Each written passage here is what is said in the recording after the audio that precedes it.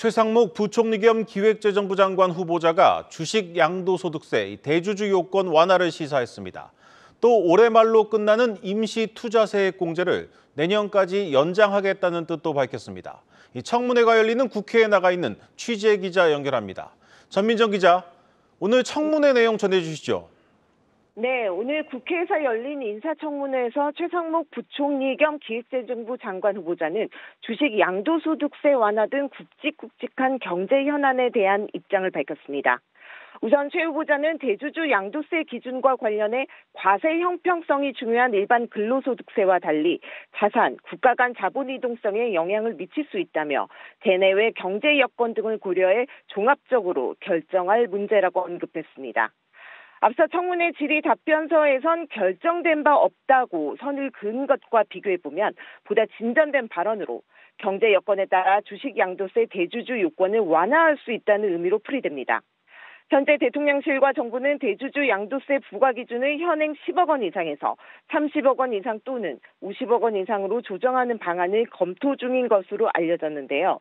주식 양도세 기준 완화는 소득세법 시행령만 고치면 되기 때문에 국회 입법 절차가 없더라도 정부 단독으로 추진할 수 있습니다.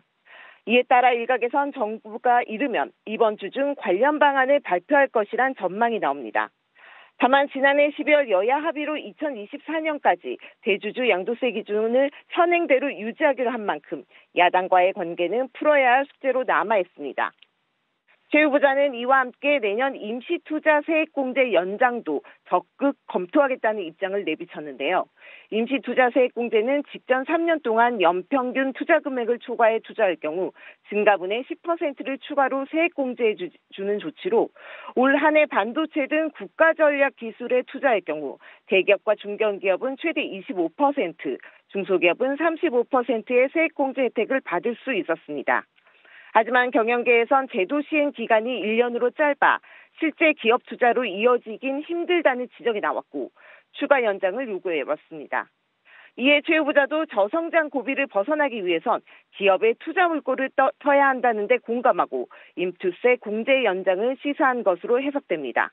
이 내용은 내년 1월 발표되는 2024년 경제정책 방향에도 담길 것으로 보이는데요. 다만 세제 조치 연장을 위해서는 국회에서 관련 법 개정이 필요한 만큼 실제 논의 결과는 지켜봐야 합니다.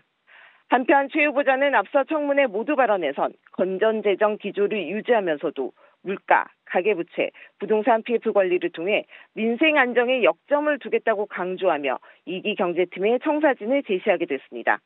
지금까지 국회에서 전해드렸습니다.